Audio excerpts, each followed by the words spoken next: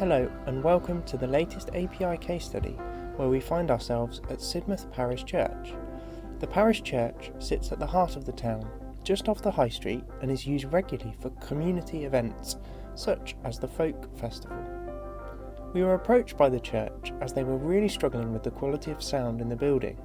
with their existing sound system around 20 years old and no longer keeping up with their requirements. The church has an open nave, which meant that the loudspeakers needed to cover a wide area but still remain as discreet as possible. Due to the church not having a band, where a more central loudspeaker location is required, we were able to mount the speakers on each side of the nave, with this particular model having a very wide horizontal dispersion, which allowed even the seats right in the middle to have consistent coverage. A second smaller set of speakers was fitted further down the nave to reinforce the rear area when the church was busy, with people sat right to the main entrance doors during Easter and Christmas services. We replaced the transept speakers as there was seating in both these areas, and a subwoofer was added to give good depth to the system when music was being played through the CD or Bluetooth receiver.